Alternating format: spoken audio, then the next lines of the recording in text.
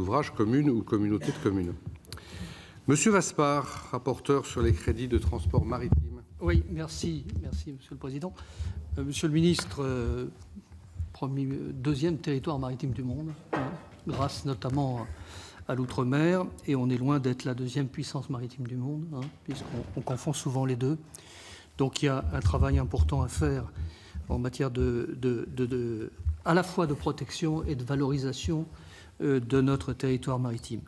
Moi, je voudrais simplement faire 3 observations et puis peut-être 2 ou 3 questions. Une observation, c'est d'abord un remerciement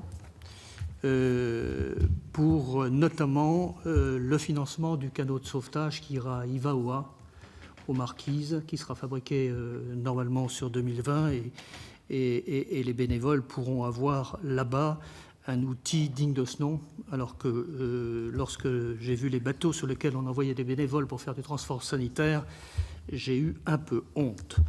Alors ce bateau va être construit, il y a eu 500 000 euros je crois, sur 2 ou 3 lignes différentes de programmer, donc merci de l'avoir fait, notamment pour les bénévoles de Polynésie. Vous avez dit, Monsieur le Ministre, tout à l'heure, vous avez parlé des financements de la SNSM et vous aviez dit qu'ils étaient stables. Alors, sauf à avoir mal compris, on a plutôt compris qu'il y avait plus 4,5 millions d'euros. Pardon ? J'ai fourché. Vous avez fourché. Bon, donc tout va bien. Tout va bien, non pas parce que vous avez fourché, mais parce qu'il y aura bien les 4,5 millions d'euros. Et puis, je voudrais vous donner une information aussi parce que c'est quelque chose qui nous tient à cœur ici, et à moi en particulier, c'est la performance de nos grands ports maritimes. Et là-dessus, nous avons mis une mission en place dont je serai rapporteur, et il faut que nous regardions de près pour quelles raisons nous sommes un peu en décalage sur certains sujets, pas sur tous, parce que sur les containers, il y a eu une reprise de marché, mais par rapport notamment au port du Nord, au port des pays du Nord, mais également par rapport à la Méditerranée, et avec quand même une inquiétude, puisque le port de Gênes est repris par les Chinois. Avec la route de la soie, on peut aussi se poser un certain nombre de questions. Il va falloir que nous regardions ce dossier de très près.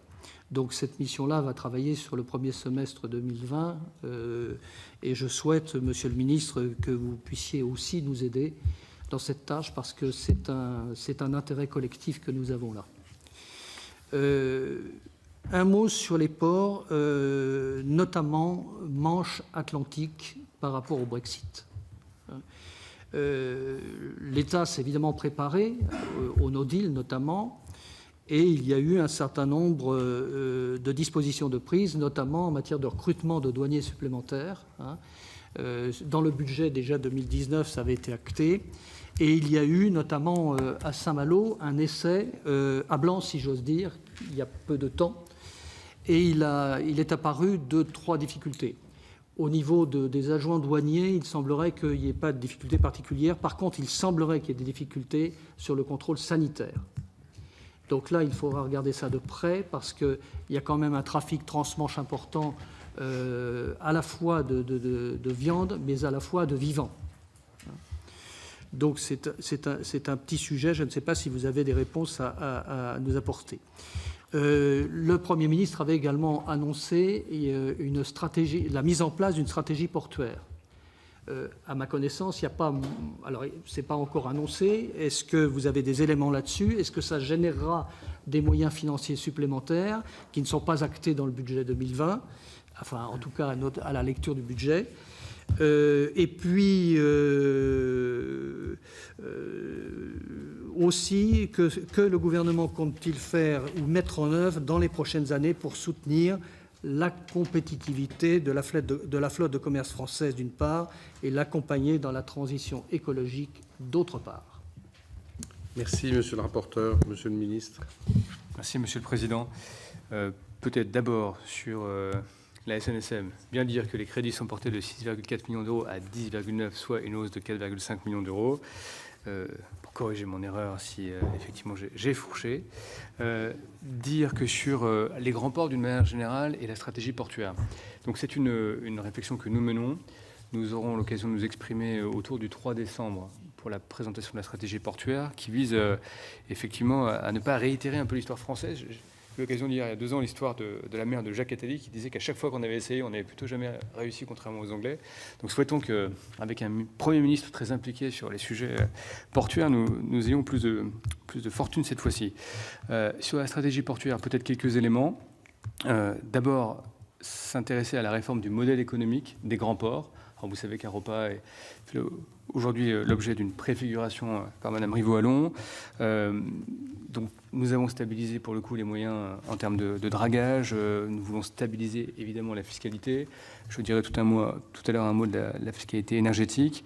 Nous continuons à accompagner la compétitivité des opérateurs, notamment au moyen de l'aide à la pince, des 27 millions d'euros qui sont confirmés cette année.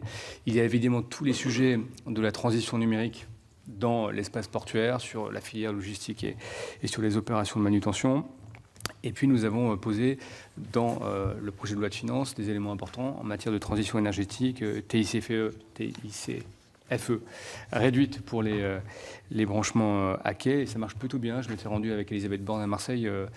Gros volume d'investissement du côté des opérateurs. Et vraiment, je crois que le branchement ou les branchements des navires à quai sont des solutions tout à fait adaptées pour notre ambition écologique. Le suramortissement pour le GNL. Et on voit la CMA-CGM qui a une politique très ambitieuse sur le sujet, et puis la baisse de l'IFER pour les petits stockages. Donc nous mettons en place et nous renforcerons au fil de l'eau l'ensemble de l'arsenal fiscal pour aider à la compétitivité énergétique des ports.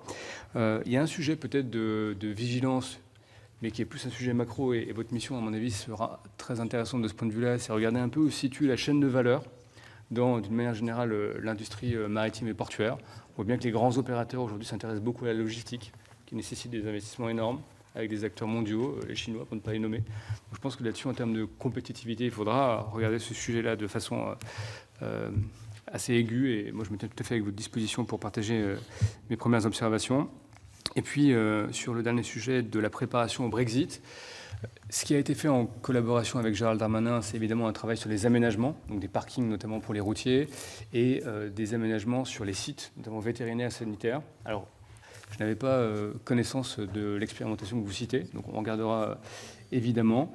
Mais je crois pouvoir dire que sur l'aspect vraiment préparation, tant du côté douane que du côté transport, nous sommes arrivés à un niveau de préparation satisfaisant pour nous prémunir d'un Brexit dur. Alors je ne doute pas qu'effectivement, ici et là, nous puissions faire bouger les curseurs de manière à être plus performants encore.